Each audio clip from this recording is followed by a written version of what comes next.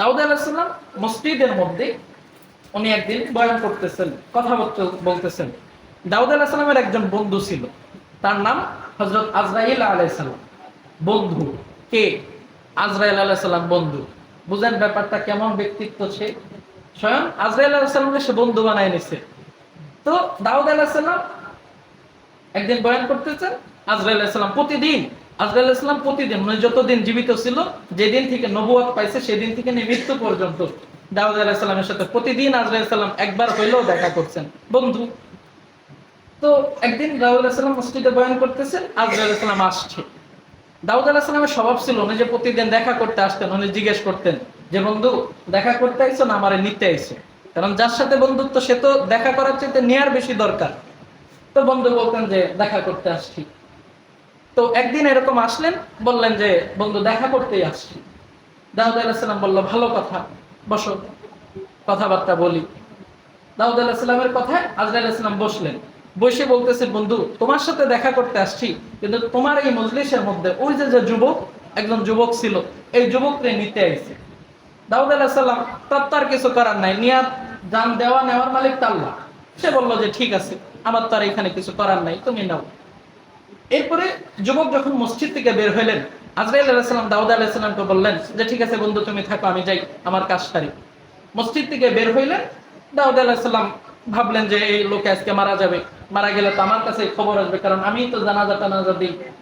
দাউদ আলাইহিস সালাম সারাদিন অপেক্ষা করলেন, কোনো খবর নেই। পরের আর কি সারা রাত অপেক্ষা করলেন, তাও খবর নেই। পরের দিন ফজরের পরে যখন আবার মজলিসে ওই আয়োজন বসলো, দাউদ আলাইহিস সালাম খেয়াল করে দেখেন যে দূর থেকে দেখা যায় সেই যুবক হাঁটতে হাঁটতে মসজিদে আসতেছে। বলেন সুবহানাল্লাহ। দাউদ আলাইহিস সালাম তো অবাক যে ওর ফয়সালা ছিল আল্লাহ তাআলা ওকে নিয়ে যাবেন, আজরাইল এই জন্যই আসছে, তাহলে ওকে কেন নিলেন? তখন দাউদ আলাইহিস সালাম ওকে আর কিছু জিজ্ঞেস করেন না, যে ও তো হয়তো কিছু জানে না। আজরাইল আলাইহিস সালামের জন্য অপেক্ষা করতে লাগলেন। আজরাইল আলাইহিস সালাম যখন আসলেন জিজ্ঞেস করলেন যে তোমার নবীকে কালকে নিয়ে যাওয়ার কথা ছিল, তুমি কেন ওকে নেও নাই? আজরাইল আলাইহিস সালাম বললেন যে আমি ওকে যখন নিয়ে যাওয়ার জন্য পিছন থেকে থাবা দিব, এমন মুহূর্তে একজন ভিক্ষুক ওর সামনে আসলো। এই ব্যক্তি, এই যুবক ভিক্ষুককে ডান হাত পকেটে ঢুকাইয়া যা ছিল, কোনো গুনাগুনি নাই, পকেটে যা পাইছে ভিক্ষুককে দান করে দিছে। আল্লাহ তাআলা বলছেন যে আজরাইল আলাইহিস সালাম বলেন যে কত দান করছে, এটা তো ওর হাতে ছিল, আমিও তো দেখিনি, দেখছে তো আল্লাহ তাআলা।